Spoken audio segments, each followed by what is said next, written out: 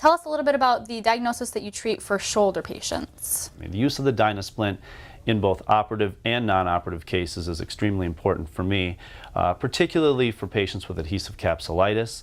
Those patients do extremely well with non-operative treatment, probably changing the amount of surgery I do from maybe 1 in 5 patients to 1 in 10 or 1 in 20 patients with the use of the Dynasplint.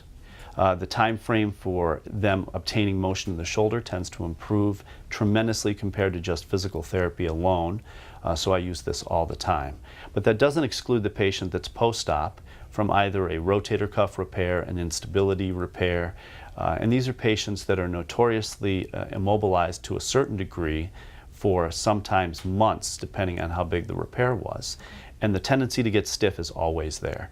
And as a surgeon, we understand that's going to happen, but of course we can't leave it in a situation like that. So while the stiffness may occur to a certain extent, I'm very quick to get them moving as fast as they can once the healing has occurred with something like a Dynasplint to improve their motion.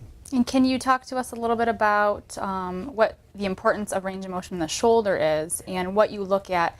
Is it external? Is it internal? Is it flexion? What is that first motion that you're really trying to achieve? Yeah, most people lose external rotation, so that's the first thing I'll look for. But again, that's a generality and doesn't have to be what people are lacking. External rotation is probably one of the most important ones. And if you want to reach into the back seat of your car, if you want to grab something from the front seat, these are things you couldn't do without the ability to turn your arm out to the side. So that's important right away. Certainly flexion of the arm or abduction, bringing your arm to the side, extremely important as well.